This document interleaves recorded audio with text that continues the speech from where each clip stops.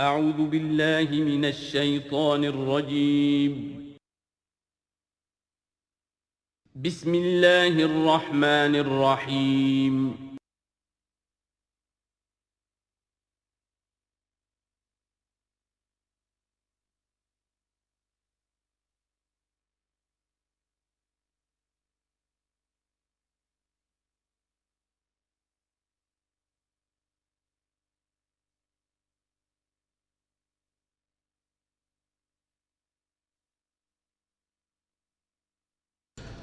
الحمدللہ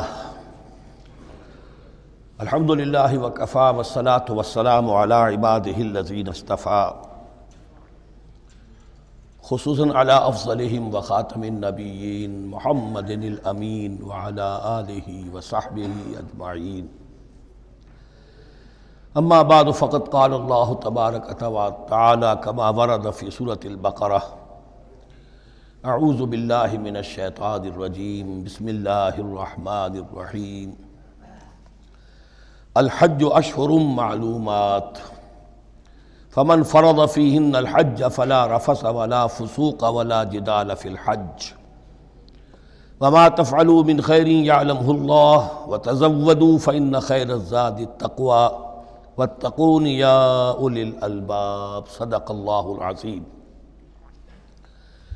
پچھلے رکوع سے مناسک حج کا تذکرہ شروع ہو چکا تھا، اور اس کے ضمن میں خاص طور پر یہ کہ اگر کوئی حج کا احرام باندھ کر یا عمرے کا احرام باندھ کر سفر شروع کر دے اور کہیں درمیان میں ایسی رکاوٹ پیش آ جائے کہ اسے احرام کھولنا پڑے بغیر عمرہ کیے اور بغیر حج کیے، تو اس صورت میں کیا قواعد و ضوابط ہیں. اب جو یہ رکوع ہے 25واں، اس میں حج کا اصل فلسفہ، اس کی اصل حکمت، اس کی اصل روح کا بیان ہے. الحج اشہر معلومات، حج کے مہینے ہیں جو معلوم ہیں، یعنی جو بھی پہلے سے عرب میں رواج چلا آ رہا تھا اس کی توثیق ہو گئی کہ واقعتاً یہ اللہ تعالیٰ ہی کی طرف سے.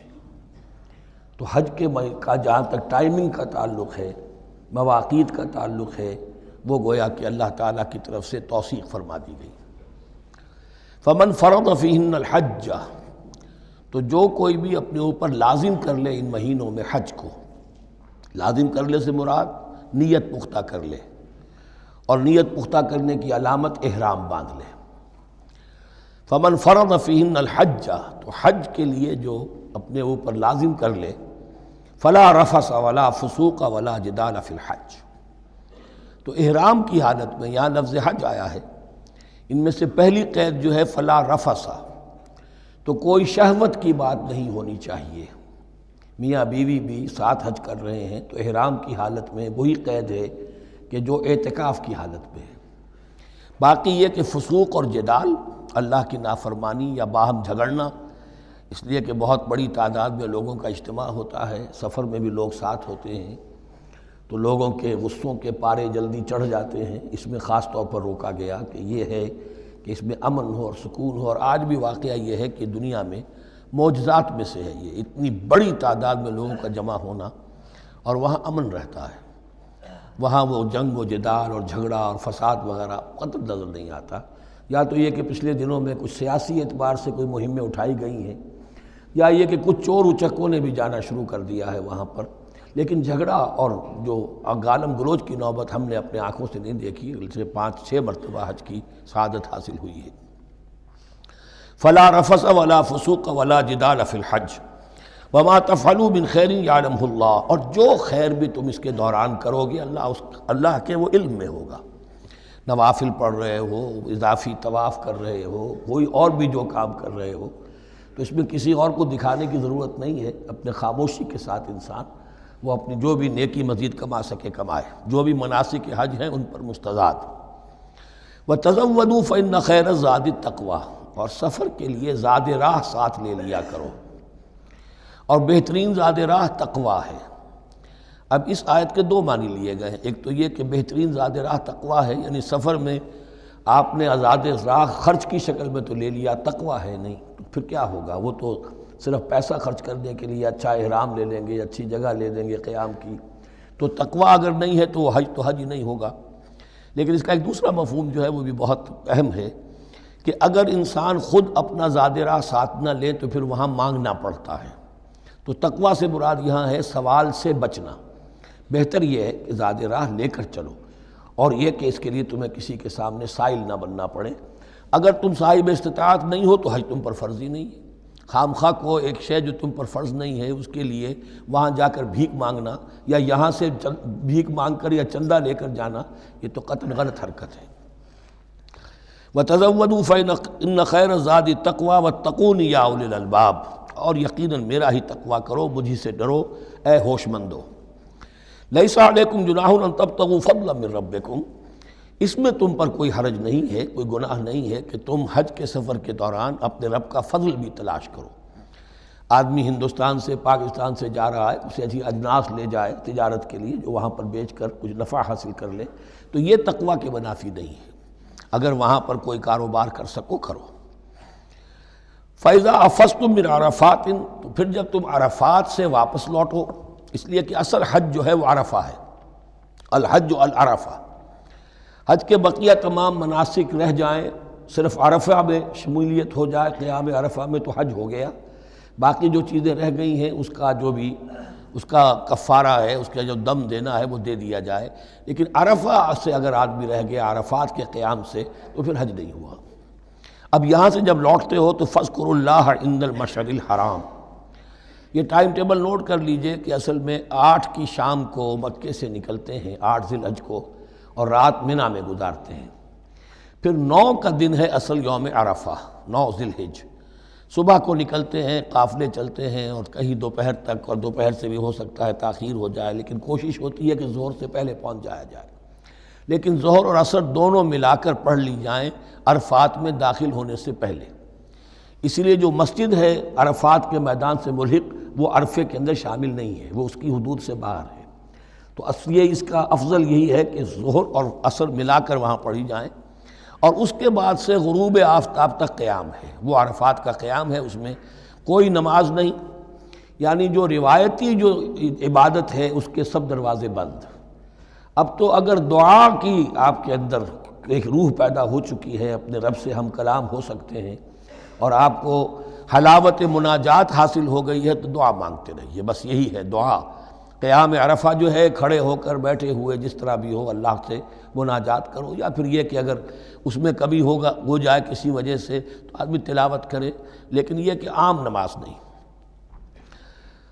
فَإِذَا أَفَضْتُم مِّنْ عَرَفَاتٍ فاذكروا اللَّهَ عند المشعر الحرام، یہ مزدلفہ کا قیام ہے۔ 9 کی شام کو مغرب کی نماز کا وقت ہو چکنے کے بعد وہاں سے روانگی ہے، لیکن وہاں مغرب کی نماز پڑھنے کی اجازت نہیں ہے۔ اب جاؤ اور مغرب اور عشاء دونوں جمع کرو اس میں مشعر حرام یعنی مزدلفہ میں۔ وَاذْكُرُوهُ كَمَا هَدَاكُمْ، اور یاد کرو اسے، ذکر کرو جیسے کہ تمہیں اس نے ہدایت دی ہے۔ اس سے مراد ہے کہ جو کچھ اللہ کے رسول نے تمہیں سکھایا ہے، ذکر کے جو طور طریقے ہیں، اس کے لیے جو بھی طریقے ہیں وہ اللہ نے ہدایت دی اپنے رسول کے ذریعے۔ وَإِن كُنتُم مِّن قَبْلِهِ لَمِنَ الضَّالِّينَ، اور یقیناً اس سے پہلے تو تم گمراہ لوگوں میں سے تھے، تمہیں معلوم نہیں تھا، حج کی شکل باقی رہ گئی تھی، اس کی روح ختم ہو گئی تھی، اس کے مناسک میں بھی تم نے رد و بدل کر دیا تھا، وہ آگے آ رہا ہے۔ ثم افیضوا من حیث افاض الناس، پھر پلٹو وہیں سے جہاں سے کہ سب لوگ پلٹتے ہیں۔ قریش نے یہ کہا تھا کہ ہماری خاص حیثیت ہے کہ ہم تو منی ہی میں مقیم رہیں گے، باہر سے آنے والے لوگ عرفات جائیں اور عرفات سے پھر واپس لوٹیں، یہ سارے مناسک ہمارے لیے نہیں ہیں، ہم تو مکے والے ہیں، اور ہماری شان یہ ہے کہ ہم عرفات نہیں جائیں گے، منی ہی میں قیام رہے گا۔ یہاں بتایا گیا کہ یہ تم نے غلط بات ایجاد کر لی ہے۔ ثم افیضوا من حیث افاض الناس، جہاں سے سب لوگ لوٹتے ہیں یعنی میدان عرفہ سے، وہیں سے لوٹیں۔ واستغفر اللہ، اللہ سے استغفار کرتے رہو، ان اللہ غفور رحیم، یقیناً اللہ بخشنے والا رحم فرمانے والا ہے۔ فَإِذَا قَضَيْتُم مَّنَاسِكَكُمْ، اور جب تم اپنے یہ مناسک ادا کر لو، پورے کر لو، فاذکروا اللہ کذکرکم آباءکم، تو اب اللہ کا ذکر کرو جیسے کہ تم اپنے آباء و اجداد کا ذکر کرتے رہے ہو، جس شد و مد کے ساتھ۔ وہاں یہ ہو گیا تھا کہ پھر منی میں جب یہ ٹھہرتے تھے تو اپنے آباء و اجداد کے قصیدے بیان کیے جا رہے ہیں، جیسے ہمارے ہاں ہوتا ہے، جو دیہاتی لوگ ہوتے ہیں، راجپوت لوگ ہوتے ہیں، ان کے میراثی ہوتے ہیں، اسی طرح وہاں شعراء ہوتے تھے قبائل کے، وہ ان قبیلوں کی مدح بیان کرتے تھے، ان کے بڑے بزرگوں کی، اسلاف کی جو ہے عظمت بیان کرتے تھے۔ اللہ کا ذکر ختم ہو چکا تھا، فرمایا جس شد و مد کے ساتھ تم اپنے آباء و اجداد کا ذکر کرتے رہے اب اسی شد و مد کے ساتھ، بلکہ او اشد ذکرا، بلکہ اس سے بھی زیادہ شد و مد کے ساتھ اب اللہ کا ذکر کرو۔ فَمِنَ النَّاسِ مَن يَقُولُ رَبَّنَا آتِنَا فِي الدُّنْيَا وَمَا لَهُ فِي الْآخِرَةِ مِنْ خَلَاقٍ، لوگوں میں سے وہ بھی ہیں جو یہی کہتے رہتے ہیں رب ہمیں دے دے دنیا ہی میں، ایسے لوگوں کے لیے آخرت میں کوئی حصہ نہیں ہے۔ یعنی وہاں پہنچ کر بھی ساری دعائیں ان کی دنیاوی چیزوں کے لیے ہیں، مال کے لیے، اولاد کے لیے، ترقی کے لیے، اور دنیا کی جو بھی چیزیں ہیں، اپنی کوئی مشکلات ہیں ان کے رفع کرنے کے لیے، چونکہ ان کے دلوں میں دنیا بسی ہوئی ہے۔ اشربوا فی قلوبہم الدنیا، ان کے دلوں میں جیسے بنی اسرائیل کے دلوں میں بچڑے کا تقدس پلا دیا گیا تھا اور محبت، اسی طرح ہمارے دلوں میں دنیا کی محبت ہے، تو وہاں جا کر بھی دنیا ہی کی دعائیں ہیں۔ فَمِنَ النَّاسِ مَن يَقُولُ رَبَّنَا آتِنَا فِي الدُّنْيَا وَمَا لَهُ فِي الْآخِرَةِ مِنْ خَلَاقٍ، ظاہر بات ہے ایسے لوگوں کے لیے پھر آخرت میں کوئی حصہ نہیں ہے۔ وَمِنْهُم مَن يَقُولُ، اور ان میں سے وہ بھی ہیں جو یہ کہتے ہیں ربنا آتنا فی الدنیا حسنۃ وفی الآخرۃ حسنۃ وقنا عذاب النار، پروردگار ہمیں اس دنیا میں بھی خیر عطا فرما اور آخرت کا بھی خیر عطا فرما اور ہمیں بچا لے آگ کے عذاب سے۔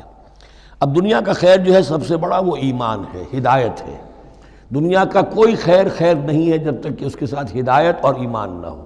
تو سب سے پہلے انسان ایمان طلب کرے، پھر اس کے ساتھ اللہ تعالیٰ دنیا میں کشادگی دے دے، رزق میں بھی کشائش دے دے تو ٹھیک ہے، کوئی بری بات نہیں، اچھی بات ہے۔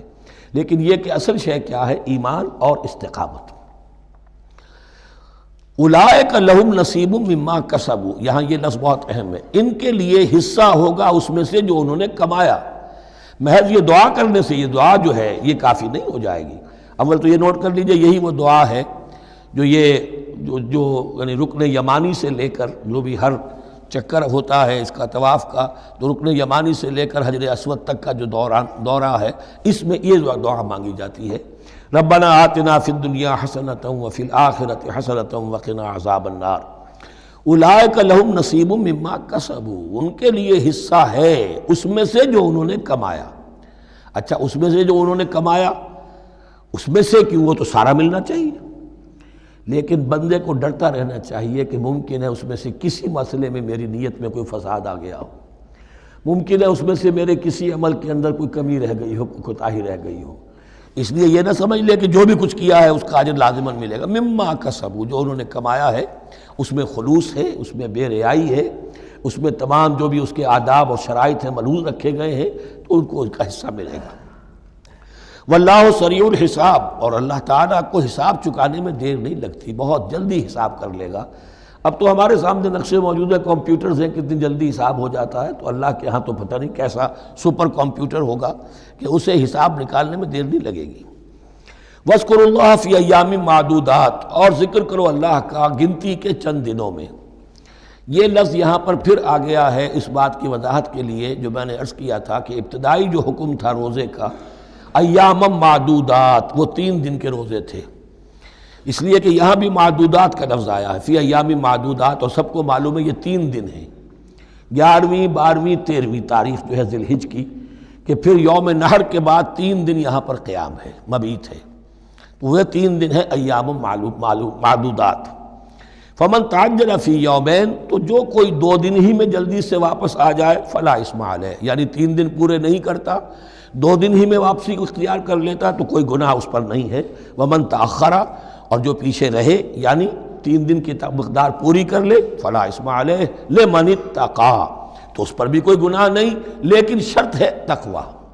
جو 2 دن میں چلا گیا تقوی تھا تو بھی اللہ تعالیٰ کے ہاں اس کا اجر محفوظ ہے، جو 3 دن رہا تقوی ہے، تیسرے دن اس نے کچھ اور ہی حرکتیں نہ شروع کر دی ہوں، جی اکتایا ہوا ہے اور طبیعت کے اندر جو ہے وہ ٹھہراؤ نہیں ہے، تو وہ تیسرا دن اس کے لیے کوئی خاص مفید نہیں ثابت ہوگا۔ لیکن یہ کہ اصل شے جو ہے اللہ کے ہاں جو چیز کے شرط لازم ہے قبولیت کے لیے وہ تقوی ہے۔ لمن اتقی واتقوا اللہ واعلموا انکم الیہ تحشرون، اور اللہ کا تقوی اختیار کرو اور یہ مستحضر رکھو اپنے ذہن میں کہ تمہیں اسی کی جانب جمع کر دیا جائے گا، تم سب کے سب ہانک کر لے جاؤ گے اسی کی جناب میں۔ وَمِنَ النَّاسِ مَن يُعْجِبُكَ قَوْلُهُ فِي الْحَيَاةِ الدُّنْيَا، اب یہ منافقین میں سے ایک گروہ کا خاص ایک تذکرہ ہو رہا ہے۔ ایک منافق تو ہوتے تھے کہ جو عام ہیں، ان کی زبانوں پر بھی نفاق واضح طور پر ظاہر ہو جاتا تھا، اور ایک قسم کے منافق وہ ہوتے تھے بڑے چاپلوس، چرب زبان، کہ ان کی گفتگو دیکھیے تو وہ تو بڑے مخلص ہیں اور بڑے ہی فداکار ہیں اور بڑے ہی آپ کے ساتھ ان کا تعلق جو ہے وہ نیک نیتی پر مبنی ہے، ان کی زبانیں جو ہیں معلوم ہوتا ہے کہ اس میں تو سب گھی شکر گھلا ہوا ہے، لیکن یہ کہ ان کا کردار انتہائی خراب ہوتا ہے، اور پھر وہ جب واپس جاتے ہیں باتیں کرنے کے بعد یا باتیں بنانے کے بعد تو ان کا کردار جو ہے وہ فساد پر مبنی ہوتا ہے۔ وَمِنَ النَّاسِ مَن يُعْجِبُكَ قَوْلُهُ فِي الْحَيَاةِ الدُّنْيَا، اور لوگوں میں سے ایسے بھی ہیں جن کی باتیں تمہیں بڑی اچھی لگتی ہیں دنیا کی زندگی میں، وَيُشْهِدُ اللَّهَ عَلَى مَا فِي قَلْبِهِ، اور وہ اللہ کو بھی گواہ ٹھہراتا رہتا ہے، میں جو کچھ کہہ رہا ہوں اللہ جانتا ہے، میں خلوص سے کہہ رہا ہوں، میں بالکل اپنی نیک نیتی سے کہہ رہا ہوں، اللہ جانتا ہے۔ وَهُوَ أَلَدُّ الْخِصَامِ، حالانکہ فی الواقع وہ دشمن ہے بہت سخت، الد بہت شدید، اور خصام خصم دشمن کے لیے آتا ہے۔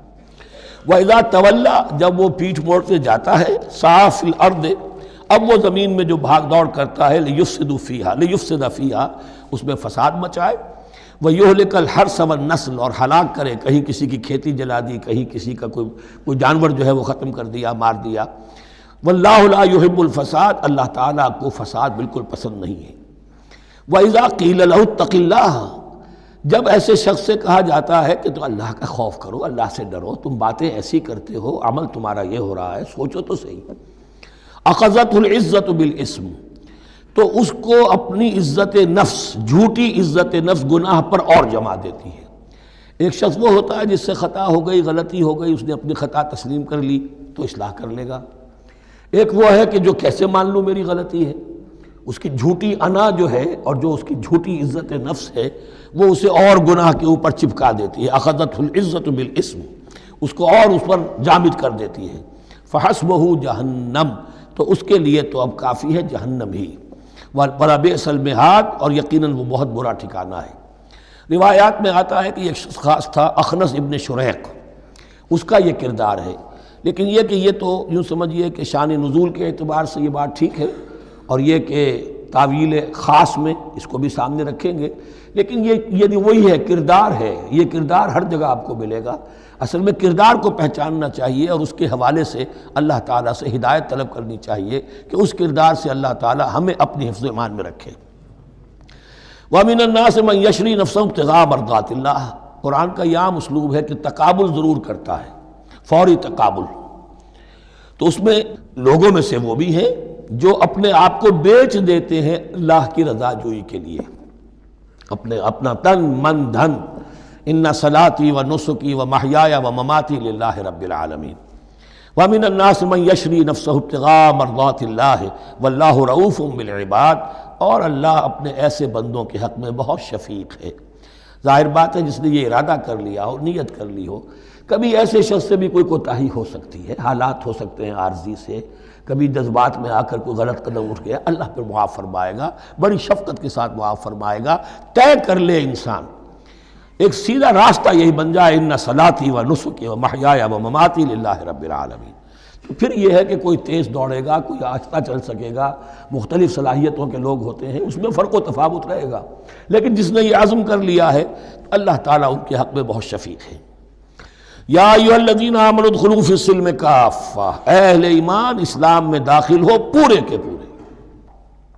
یہ گویا کہ وہ بات اب کہی جا رہی ہے کہ جس کا ریورس یا کانورس ہم بنی اسرائیل کے ساتھ جو خطاب تھا اس میں پڑھ چکے ہیں۔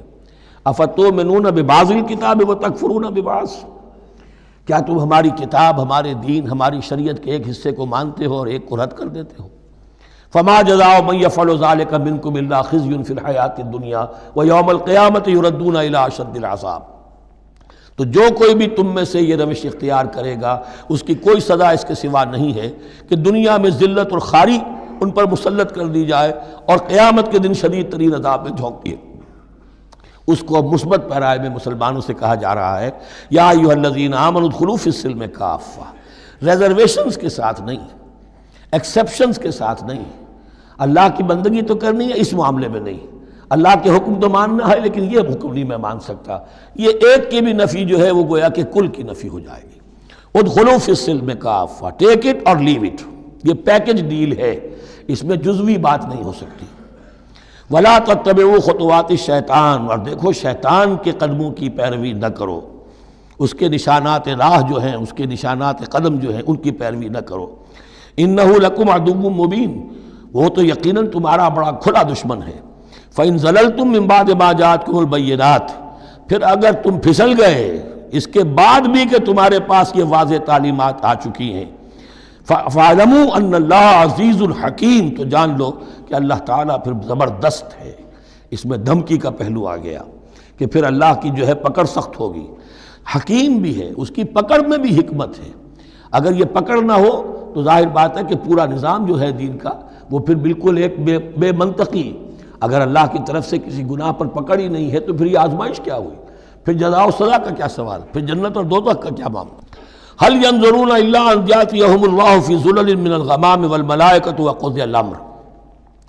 ایک جو نفس انسان کو پٹی پڑھاتا ہے وہ تو یہ ہے کہ دین کا یہ حصہ تو آرام سے کرتے رہو، جو میٹھا وہ ہپ اور جو کڑوا ہے وہ تھو۔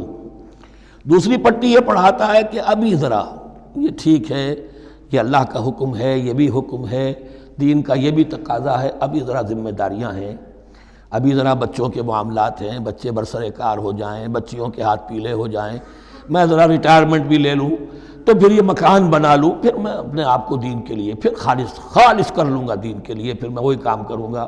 یہ سب سے بڑا دھوکہ ہے، وہ وقت کبھی نہیں آتا۔ اسی لیے فرمائے کس شے کا انتظار کر رہے ہیں؟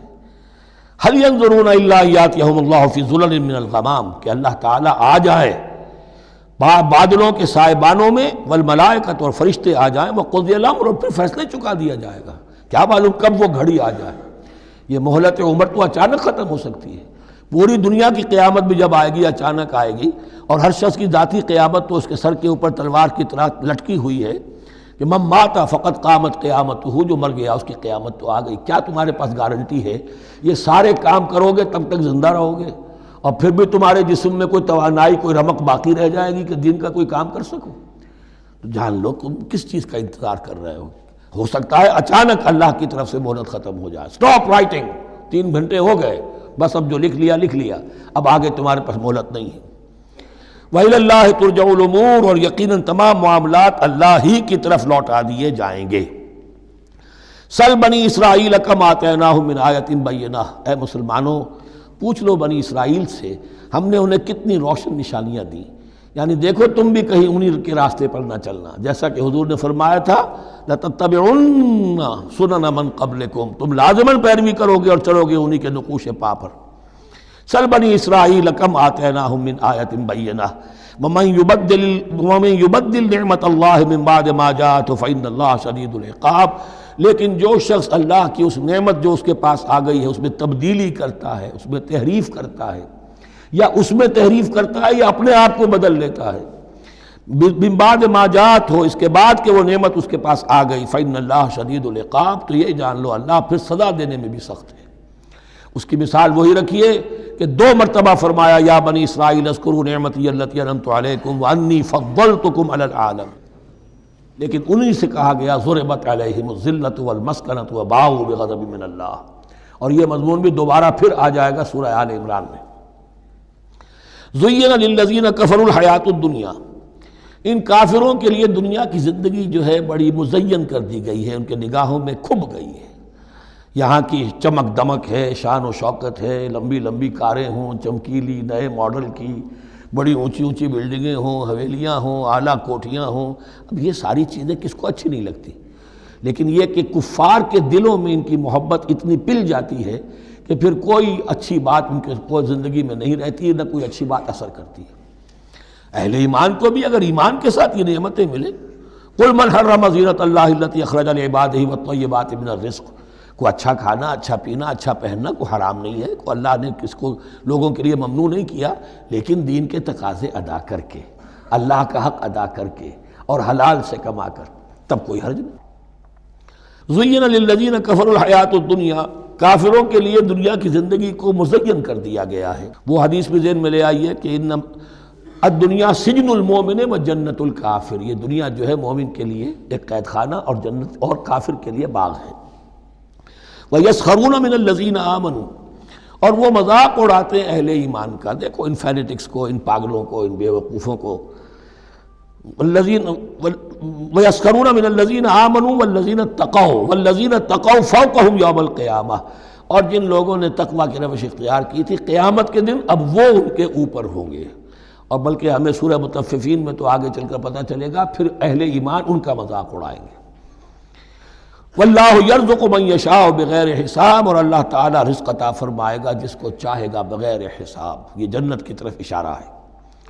اب یہ جو آیت آ رہی ہے پھر ایک طویل آیت ہے، جسے میں نے عرض کیا تھا بڑے بڑے حسین اور خوشنما حکمت کے اور علم کے اور معرفت کے پھول جو ہیں وہ اس بنتی میں بن دیے گئے ہیں۔ دو کلڑیاں یعنی شریعت، عبادات اور معاملات، دو لڑیاں انفاق اور جہاد، قتال، جہاد بالمال، جہاد بالنفس، اور ان میں یہ پھول آ جاتے ہیں عظیم۔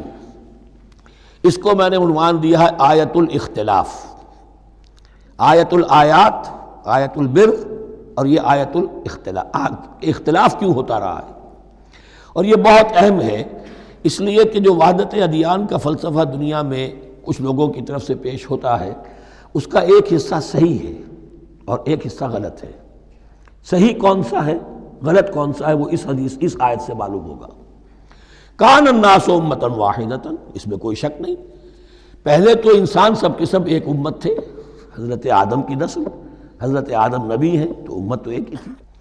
جب تک کہ ان کے اندر گمراہی پیدا نہیں ہوئی، اختلافات نہیں ہوئی، شیطان نے کچھ لوگوں کو نہیں ورغلایا، اس وقت تک تو کان الناس امۃ واحدہ، تمام انسان ایک ہی امت تھے۔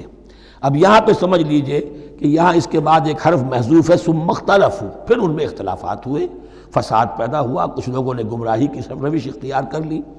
ایک بیٹا اگر حابیل تھا تو دوسرا قابیل بھی تھا۔ فبعث اللہ النبیین مبشرین ومنذرین، تو اب اللہ نے نبیوں کو بھیجنا شروع کیا جو بشارت دیتے تھے نیکوکاروں کو اور جو خبردار کرتے تھے غلط کاروں کو۔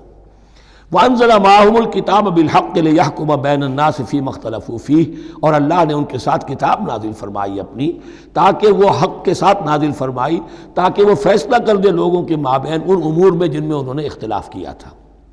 وَمَا اخْتَلَفَ فِيهِ إِلَّا الَّذِينَ أُوتُوهُ مِن بَعْدِ مَا جَاءَتْهُمُ الْبَيِّنَاتُ بَغْيًا بَيْنَهُمْ، اور پھر جو اختلاف کیا ان میں سے تو نہیں کیا اختلاف کرنے والوں نے مگر جن کو کہ وہ کتاب دی جا چکی تھی، ہدایت دی جا چکی تھی، من بعد ما جاءتهم البینات، اور اس کا سبب کیا تھا؟ بغیم بینہم، یہ لفظ میں نے پہلے بھی نوٹ کروایا تھا، بغیم بینہم، دی ارج ٹو ڈومینیٹ، زدم زدہ، سارا فساد دنیا میں جو ہوتا ہے دی ارج ٹو ڈومینیٹ، آدمی جو ہے میں اس کی بات کیوں مانوں، یہ کیوں نہ میری مانے، یہ ہے کہ جس میں جو بھی سربراہی اور بالادستی حاصل کرنے کی جو ایک انسان کے اندر ایک ہے امنگ ہے، یہ امنگ رکھی گئی ہے انسان میں، جہاں انسان کے اندر اچھے میلانات رکھے گئے، برے بھی رکھے گئے، نفس بھی تو انسان ہی میں ہے، اس لیے کہ انہی کی درمیان حق و باطل کی کشمکش چلتی ہے انسان کے باطن میں، حق و باطل کی ایک کشاکش انسان کے باطن میں چلتی ہے، ایک خارج میں چلتی ہے۔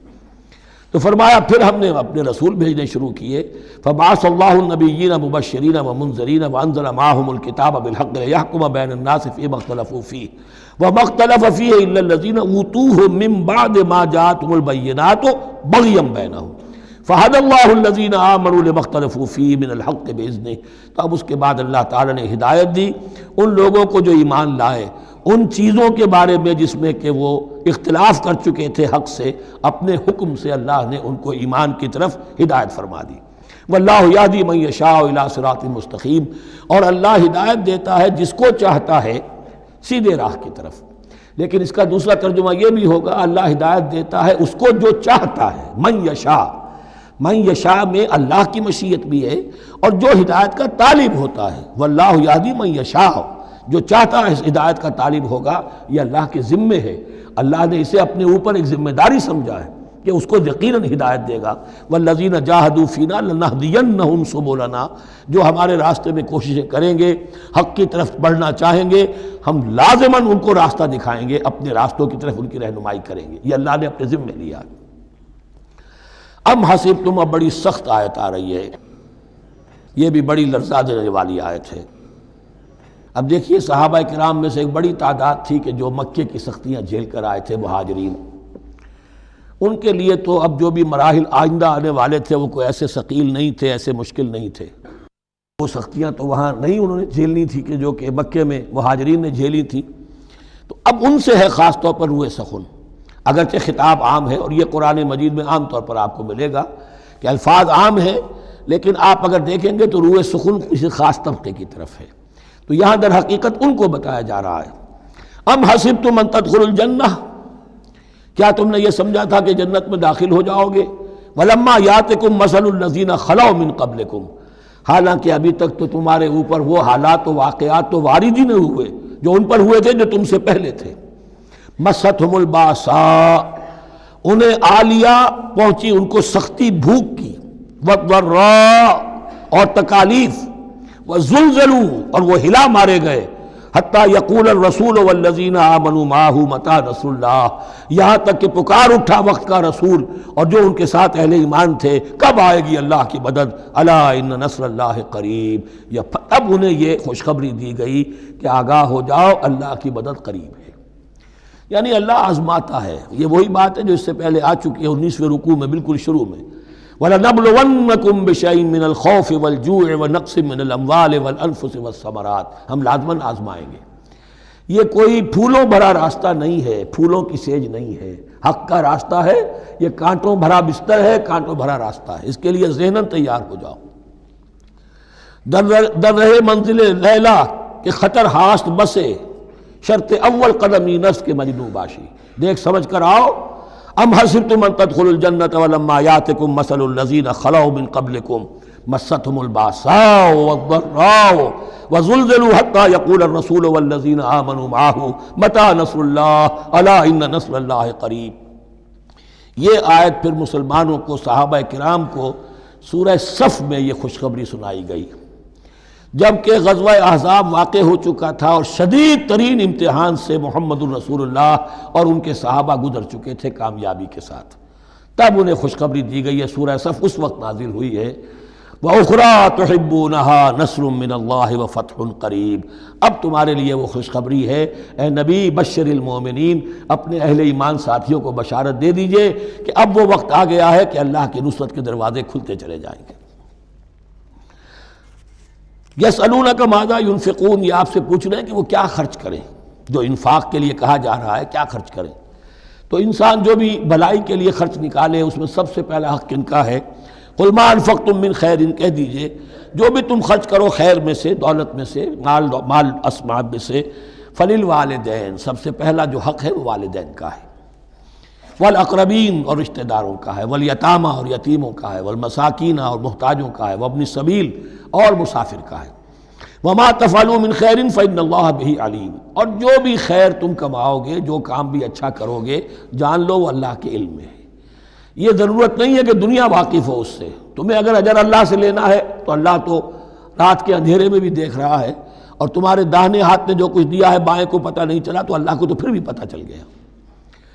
اب یہ سخت آیت اور آ گئی، کتب علیکم القتال، اب میں نے کہا تھا نا کہ یہ لڑیاں جو ہیں چونکہ بٹی ہوئی ہیں تو ایک لال اور ایک پیلی اور ایک ہری اور ایک نیلی، تو یہ نظر آتی ہے ایک طرف سے کہ کٹے ہوئے ہیں رنگ، ان کو کھول دیں گے تو ہر لڑی مکمل ہو جائے گی، ایک گویا کہ تسلسل ہے۔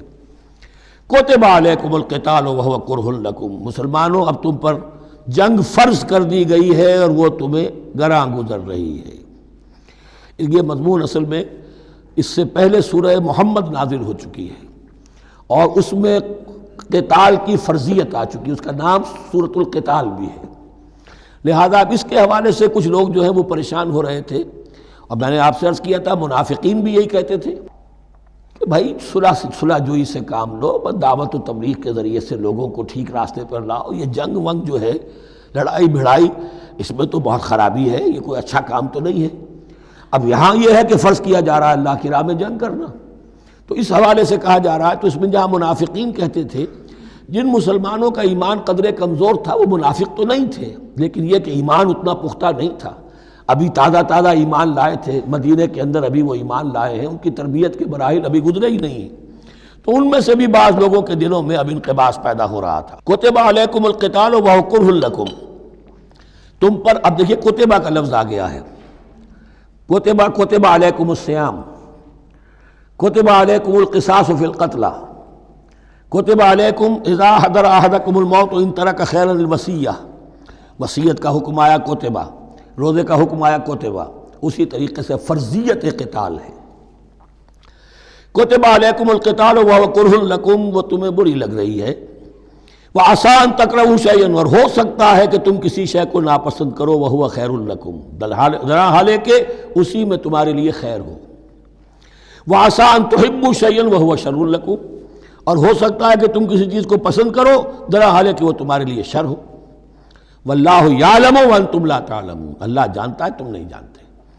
تم اپنی عقل پر ایمان نہ رکھو، تم اللہ کی وحی پر ایمان رکھو، تم اللہ کے رسول پر ایمان رکھو۔ جس وقت کے لیے جو حکم موضوع تھا اس وقت وہ حکم تھا، کفو ایدیکم، 14 برس تک تمہیں قتال سے منع کیا گیا، اب فرض ہو رہا ہے قتال، اب تمہارے لیے لازم، وقت کا جو ہے امر الحال کو پہچانو۔ اللہ تعالی واللہ یعلم وانتم لا تعلمون، یسألونک عن الشہر الحرام قتال فیہ، اب جب جنگ کا حکم شروع ہو گیا تو اب وہ پوچھتے تھے کہ یہ جو مہینے حرمت والے ہیں، حج کا ہے، عمرے کا ہے، تو اس میں جنگ کرنا کیسا ہے؟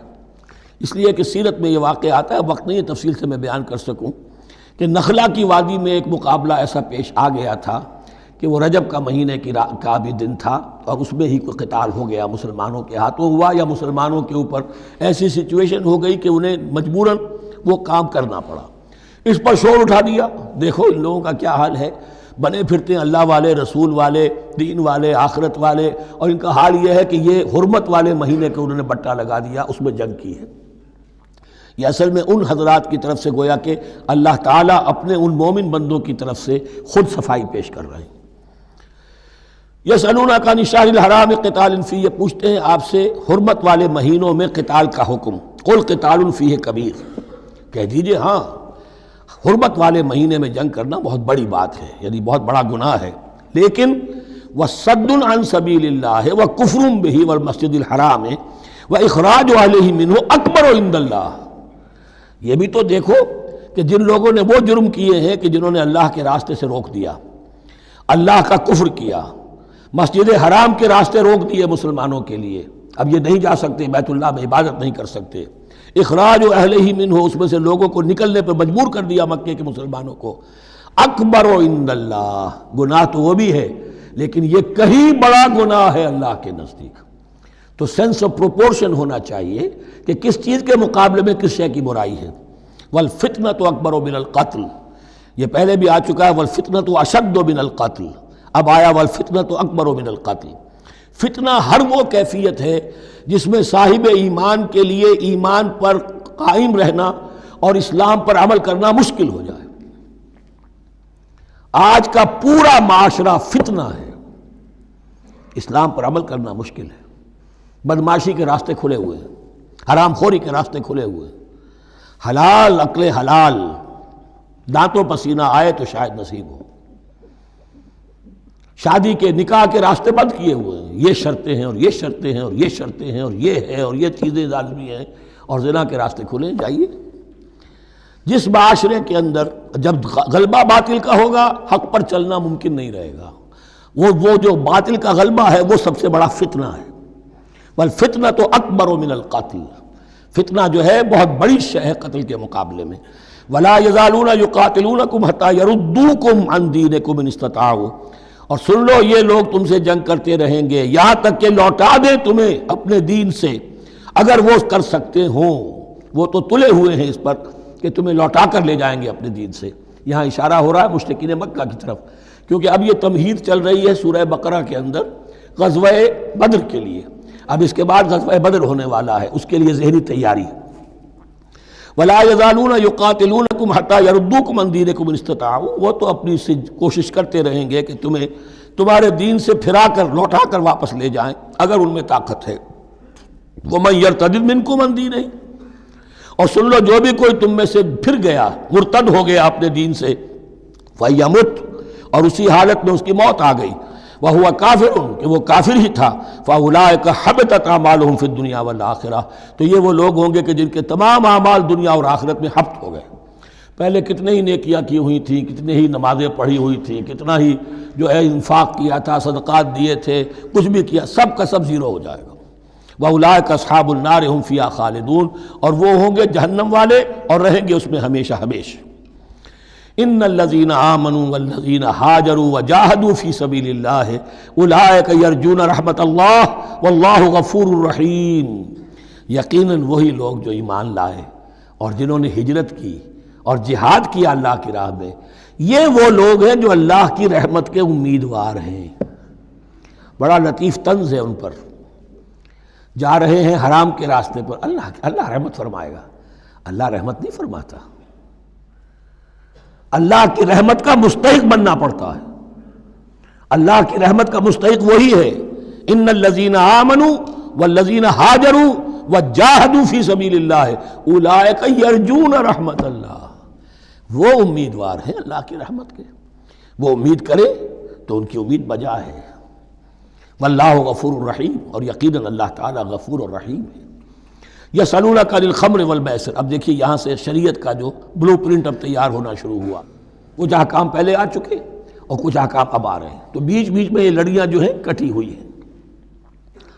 یہ آپ سے پوچھ رہے ہیں نبی صلی اللہ علیہ وسلم شراب اور جوئے کے بارے میں، قل فیہما اسم کبیر، اے نبی ان سے کہہ دیجئے کہ ان دونوں کے اندر بہت بڑے گناہ کی پہلو ہے، ومنافع للناس، اور لوگوں کے لیے کوئی منفعتیں بھی ہیں، واسمہما اکبر من نفعہما، اور ان کا جو گناہ کا پہلو ہے وہ نفع کے پہلو سے بڑا ہے، بس یعنی اشارہ کر دیا کہ چھوڑ دو اس کو، اب تمہاری عقل سلیم کے حوالے معاملہ ہے، حقیقت تم پر کھول دی گئی، یہ ابتدائی حکم ہے لیکن حکم کے پیرائے میں نہیں، بس یہ ہے کہ کچھ فائدے بھی ہیں، وہ تو ہے میں سے غرض نشاط ہے کچھ روح سیاہ کو، ایک گونا بے خودی مجھے دن رات چاہیے، اور میں کدے کی راہ سے ہو کر گزر گیا ورنہ سفر حیات کا بے حد طویل تھا۔ یہ حکمت سمجھ لیجئے کہ جوئے میں اور میسر میں کیا چیز مشترک ہے کہ دونوں کو جمع کیا گیا۔ شراب میں بھی انسان حقائق سے اپنے آپ کو منقطع کرتا ہے اور محنت سے جی چراتا ہے، He doesn't want to see the facts، مواجہہ کرنے کو تیار نہیں، فیس کرنے کو تیار نہیں ہے bitter facts آف لائف کو، تو میں ایک گونا بے خودی مجھے دن رات چاہیے۔ اور جوا بھی محنت کی نفی ہے، چانس، داؤ لگاؤ، ایک ہے محنت سے ایک آدمی کما رہا ہے، مشقت کر رہا ہے، کھوکھا ہے یا کوئی چھابڑی لے کے جا رہا ہے یا کچھ اور کام ریڑھی چلا رہا ہے، وہ اپنی کوئی کمائی کر رہا ہے، اور ایک یہ داؤ لگاؤ، داؤ سے کمانا، چانس پر کمانا، یہ بھی محنت کی نفی ہے۔ تو یہ دونوں کے اندر اصل میں علت ایک ہی ہے۔ یسألونک عن الخمر والمیسر قل فیہما اسم کبیر ومنافع للناس واسمہما اکبر من نفعہما ویسألونک ماذا ینفقون قل العفو، اور یہ پوچھتے ہیں کتنا خرچ کریں، انفقوا انفقوا انفقوا وانفقوا فی سبیل اللہ ولا تلقوا بایدیکم الی التہلکہ، یہ آیت پر کل پڑھ چکے ہیں۔ اپنے آپ کو اپنے ہاتھوں ہلاکت میں نہ جھونکو، کتنا خرچ کرے، کچھ ہمیں مقدار بھی بتا دی جائے۔ فرمایا قل العفو، جو بھی تمہاری ضرورت سے زائد ہے۔ اللہ یہ بھی نہیں کرتا کہ اپنی ضرورتوں کو بھی تم پیچھے ڈال دو، نہیں، ضرورتیں اپنی پوری کرو، پھر جو اب تمہارے پاس ہے، اب یہ سمجھیے کہ جو ایک کمیونسٹ فلسفی ہے اس میں بھی ایک اصطلاح سرپلس ویلیو، ایک سرپلس ویلیو یہ ہے عفو، جو تمہاری ضروریات سے زائد ہے، یہ سرپلس ویلیو ہے، یہ اللہ کی راہ میں دے دو۔ اس کو بچا کر رکھنا جو ہے اللہ پر آپ بے اعتمادی کا اظہار کر رہے ہیں کہ اللہ کل نہیں دے گا مجھے، میں بچا کے رکھوں۔ یسألونک ماذا ینفقون قل العفو، لیکن اس میں یہ ہے کہ ضرورتیں کتنی ہیں، کیا ہے، اس کا کوئی پیمانہ مقرر نہیں کیا۔ یہ ہے باطنی روح، جس کے اندر اللہ کی محبت اور آخرت کا ایمان بڑھتا جائے گا، وہ اتنا ہی اپنی بیلٹ ٹائٹ کرے گا، اپنی ضرورتیں کم کرے گا، اپنے معیار زندگی کو پست کرے گا، اور زیادہ سے زیادہ جو ہے وہ اللہ کی راہ میں دے گا۔ لیکن اصول یہ ہے کہ ہر شخص یہ دیکھے کہ جو میری ضرورت سے زائد ہے اسے میں ریٹین نہ کروں، اسے میں دے دوں۔ اس انفاق پر پورے 2 رکوع آگے آنے والے ہیں سورہ مبارکہ میں۔ کذالک یبین اللہ لکم الآیات لعلکم تتفکرون، اسی طرح اللہ تعالیٰ اپنی آیات تمہارے لیے واضح کر رہا ہے تاکہ تم تفکر کرو، غور کرو، فی الدنیا والآخرہ، تمہارا یہ غور دنیا کے بارے میں بھی ہونا چاہیے، آخرت کے بارے میں۔ دنیا میں بھی اسلام رہبانیت نہیں سکھاتا، نہ کھاؤ نہ پیو، چلے کشی کرو، چلے جاؤ جنگلوں میں، نہیں، اسلام متمدن زندگی کی تعلیم دیتا ہے، گھر گھرستی ہے، شادی کرو، بیوی بچوں والے رہو، ان کے بھی حقوق کو ادا کرو، ان کا بھی پیٹ تمہیں پالنا ہے، تو تفکر فی الدنیا والآخرہ، آخرہ کے لیے، لیکن یہ کہ اس میں ریشو پروپورشن رہنی چاہیے۔ دنیا کی کتنی قدر و قیمت ہے، آخرت کی کتنی قدر و قیمت ہے، اس کو جان لو۔ اسی کے حساب سے ایلوکیشن اگر نہیں ہے تو پھر یہ کہ سینس آف پروپورشن اگر غلط ہو گیا تو ظاہر بات ہے کہ پھر ہر چیز تل پٹ ہو جائے گی۔ ایک دوا کے نسخے میں کوئی چیز زائد تھی، کوئی کم تھی، آپ نے جو کم تھی اسے زیادہ کر دیا، جو زائد تھی کم کر دیا، تو اب ہو سکتا ہے کہ یہ نسخہ شفا نہ رہے، نسخہ ہلاکت بن جائے۔ وَيَسْأَلُونَكَ عَنِ الْيَتَامَىٰ، اور یہ آپ سے پوچھ رہے ہیں یتیموں کے بارے میں، قُلْ إِصْلَاحٌ لَهُمْ خَيْرٌ، اے نبی ان سے کہہ دیجئے ان کے لیے ان کی مصلحت کو پیش نظر رکھنا یہ ہے کہ جو بہتر ہے، نیکی ہے، بھلائی ہے۔ اصل میں سورہ بنی اسرائیل کی آیت جو ہے وہ لوگوں کے سامنے تھی، وَلَا تَقْرَبُوا مَالَ الْيَتِيمِ إِلَّا بِالَّتِي هِيَ أَحْسَنُ، مال یتیم کے قریب تک نہ پھٹکو، یعنی گڑبڑ کر لو گے اپنے اموال میں، اس میں سے یہ ہے کہ ہو سکتا ہے کہ تمہارا ان کا کوئی مال تمہارے پیٹ میں چلا جائے، ہانڈی مشترک ہے، اب اس میں ظاہر بات ہے یتیم نے بھی کھانا ہے، تم نے بھی کھانا ہے، اچھی اچھی بوٹیاں تم نے کھا لی ہیں اور یتیم کے لیے جو ہے خرچہ تو پورا ڈال دیا، لیکن یہ کہ اس کے لیے بیچارے کے لیے چھچڑے چھوڑ دیے۔ تو یہ چیز روکنے کے لیے کہا گیا تھا مکی صورتوں میں وَلَا تَقْرَبُوا مَالَ الْيَتِيمِ إِلَّا بِالَّتِي أَحْسَنُ۔ اب صحابہ کے لیے تو یہ چیزیں ایسی تھیں کہ اشارہ ذرا سا ہو گیا اور انہوں نے اس پر عمل کیا، انہوں نے ہڈیاں علیحدہ کر دیں تاکہ ان کا خرچہ بالکل علیحدہ رہے۔ اب اس میں تکلیف ہو رہی تھی، ایک گھر کے اندر ہی ایک یتیم ہے، اس کا خرچہ اس کے مال میں سے نکالا جا رہا ہے۔ فرمایا کہ یہ مقصد نہیں تھا، مقصد یہ تھا کہ تم ان کے مال ہڑپ نہ کر جاؤ۔ قُلْ إِصْلَاحٌ لَهُمْ خَيْرٌ، قُلْ إِصْلَاحٌ لَهُمْ خَيْرٌ، ان کے لیے اصلاح کرنا بھلائی کا ہے۔ وَإِن تُخَالِطُوهُمْ فَإِخْوَانُكُمْ، اگر تم اپنے ساتھ ان کو ملائے رکھو تو وہ تمہارے بھائی ہیں۔ وَاللَّهُ يَعْلَمُ الْمُفْسِدَ مِنَ الْمُصْلِحِ، اللہ جانتا ہے مفسد کو بھی مصلح کو بھی، وہ جانتا ہے کہ یہ آدمی گڑبڑ کر رہا ہے، یہ ہڈیاں علیحدہ کر کے بھی گڑبڑ کر سکتا ہے، اور یہ وہ شخص ہے کہ جو ہڈیاں مشترک کر کے بھی حق پر رہ سکتا ہے۔ وَلَوْ شَاءَ اللَّهُ لَعَنَتَكُمْ، اگر اللہ چاہتا تو تمہیں سختی میں ڈالے ہی رکھتا، تم پر مشقت جو ہے یہ کیے رکھتا۔ ان اللہ عزیز الحکیم، یقیناً اللہ زبردست ہے، حکمت والا ہے۔ ایک طرف وہ سختی بھی کرتا ہے، زبردست ہے، لیکن وہ اس کے ہر حکم کے اندر حکمت بھی ہے، اور جہاں حکمت نرمی کی متقاضی ہوتی ہے وہاں وہ رعایت بھی دیتا ہے۔ وَلَا تَنكِحُوا الْمُشْرِكَاتِ حَتَّىٰ يُؤْمِنَّ، اور مشرک عورتوں سے نکاح نہ کرو جب تک کہ وہ ایمان نہ لے آئیں۔ وَلَأَمَةٌ مُؤْمِنَةٌ خَيْرٌ مِّن مُشْرِكَةٍ وَلَوْ أَعْجَبَتْكُمْ، ایک مومنہ خواہ وہ لونڈی ہو وہ بہتر ہے ایک مشرکہ سے خواہ وہ آزاد عورت ہو۔ وَلَوْ أَعْجَبَتْكُمْ، اور مزید یہ کہ وہ تمہیں اچھی بھی لگتی ہو۔ وَلَا تُنكِحُوا الْمُشْرِكِينَ، اور نہ اپنی عورتوں کا نکاح کرو، نکاح میں دو اپنی عورتوں کو، اپنی بیٹیوں کو مشرکوں کے، حتیٰ یؤمنوا، جب تک کہ وہ ایمان نہ لے آئیں۔ وَلَعَبْدٌ مُّؤْمِنٌ خَيْرٌ مِّن مُشْرِكٍ وَلَوْ أَعْجَبَكُمْ، مسلمان اگر غلام ہے تو وہ بھی بہتر سمجھو مشرک سے جو آزاد ہے اور وہ تمہیں پسند بھی ہے، مالدار بھی ہے یا اور بھی ہے، اس کے اندر دوسرے پہلو بھی ہیں۔ اولئک یدعون الی النار، دیکھو وہ جو ہے وہ پکار رہے ہیں، آگ کی طرف بلا رہے ہیں، تمہیں بھی لے جائیں گے، تمہاری اولاد کو بھی لے جائیں گے۔ واللہ یدعو الی الجنۃ والمغفرۃ باذنہ، اللہ تمہیں بلا رہا ہے جنت کی طرف اور مغفرت کی طرف اپنے حکم سے۔ وَيُبَيِّنُ آیاتہ للناس لعلہم یتذکرون، اور اللہ اپنی آیات واضح کر رہا ہے لوگوں کے لیے تاکہ وہ نصیحت اخذ کریں۔ وَيَسْأَلُونَكَ عَنِ الْمَحِيضِ، اور وہ عورتوں کے ایام ماہواری کے بارے میں آپ سے سوال کر رہے ہیں۔ قُلْ هُوَ أَذًى، کہہ دیجئے وہ ایک ناپاکی بھی ہے اور ایک تکلیف کا مسئلہ بھی ہے۔ فَاعْتَزِلُوا النِّسَاءَ فِي الْمَحِيضِ، تو حیض کی حالت میں اگر تمہاری بیویاں ہوں تو ان سے علیحدہ رہو، مقاربت نہ کرو۔ وَلَا تَقْرَبُوهُنَّ حَتَّىٰ يَطْهُرْنَ، اور ان سے مقاربت نہ کرو یہاں تک کہ وہ پاک ہو جائیں۔ فَإِذَا تَطَهَّرْنَ، اور جب وہ خوب پاک ہو جائیں، فَأْتُوهُنَّ مِنْ حَيْثُ أَمَرَكُمُ اللَّهُ، تو اب ان کی طرف جاؤ، جو بھی تمہیں تعلق قائم کرنا ہے کرو، جہاں سے کہ تمہارے رب نے تمہیں حکم دیا، اللہ نے حکم دیا ہے۔ یہ اللہ کا حکم کیا ہے؟ یہ ہے امر طبیعی، ہر انسان جانتا ہے، ہر حیوان کو معلوم ہے، وہ طبیعی شے ہے۔ لیکن یہ کہ اب عورتوں کے ساتھ بھی اگر انسان جو ہے وہ لواطت کا فعل شروع کر دے، قوم عمل لوط، تو ظاہر بات ہے کہ عمل قوم لوط تو وہ چیز جو ہے غلط ہے، وہ حرام ہے۔ یہ تو اللہ تعالیٰ نے جو بھی تمہاری فطرت میں ڈالا ہے راستہ، وہ در حقیقت من حیث امرکم اللہ، ان اللہ یحب التوابین ویحب المتطہرین، یقیناً اللہ محبت کرتا ہے بہت توبہ کرنے والوں سے اور بہت پاک بازی اختیار کرنے والوں سے۔ ان ناپاک چیزوں سے دور رہنے میں۔ نساؤکم حرث لکم، تمہاری بیویاں تمہارے لیے کھیتیوں کے مانند ہیں، جیسے کھیت میں بوتے ہو فصل کاٹتے ہو، بیویوں کے ذریعے سے اللہ تعالیٰ تمہیں اولاد عطا کرتا ہے۔ فاتو حرثکم انا شئتم، تو جو بھی کھیتی والی جگہ ہے ادھر تم جاؤ جدھر سے چاہو، یعنی اس میں یہ ہے کہ کوئی رکاوٹ نہیں ہے، وہ داہنی طرف سے بائیں طرف سے جدھر سے بھی ہو، لیکن ہو وہ فرج کے اندر، وہ مقد کے اندر معاملہ نہ ہو۔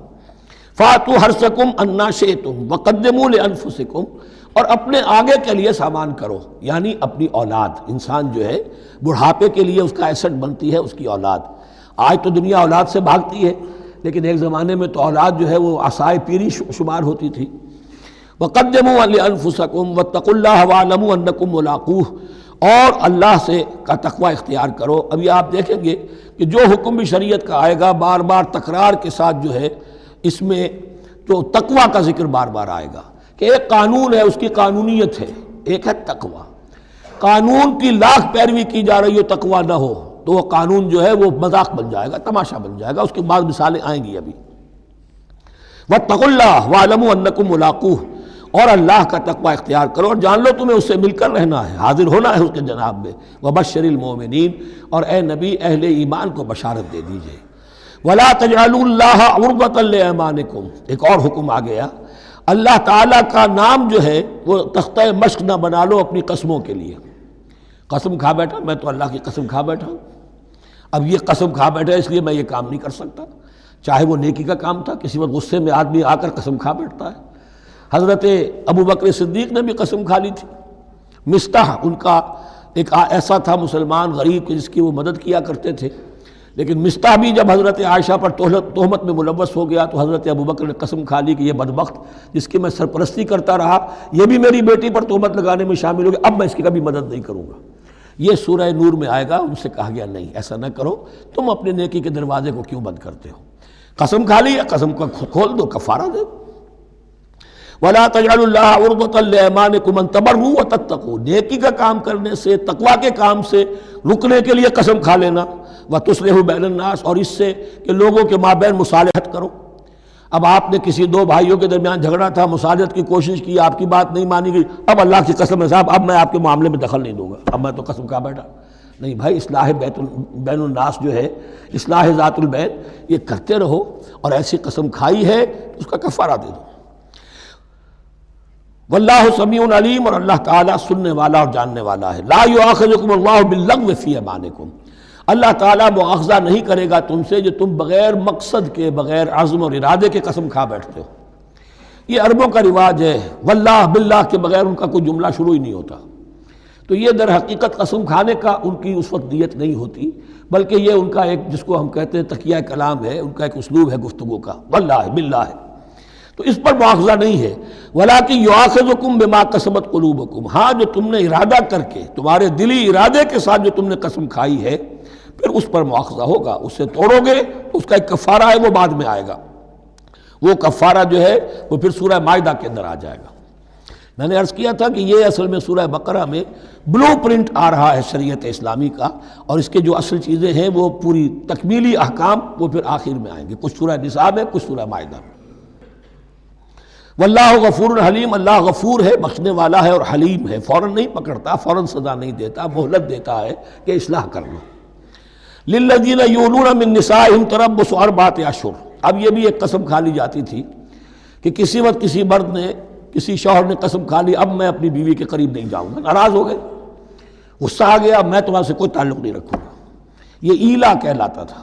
حضور نے بھی ایلا فرمایا تھا اپنی ازواج مطہرات سے جب انہوں نے کچھ زیادہ نفقے کا مطالبہ کیا تھا کہ اب عام مسلمانوں کے ہاں بھی خوشحالی آ گئی ہے تو اب ہمارے اوپر یہ سختی کیوں ہے، ہمارا بھی جو نفقات ہیں، ہمارا جو خرچ ہے، وظائف ہیں، بڑھائے جائیں۔ اس پر حضور نے پھر ایلا کیا، اس کا ذکر ہے، وہ بعد میں آئے گا۔ لیکن وہاں عام طور پر لوگ قسم کھا کے بیٹھ جاتے تھے، اب قسم کھا لی ہے، پچھتا بھی رہے، کیا کریں، قسم کھا چکے، اب بیوی کے پاس کیسے جائیں؟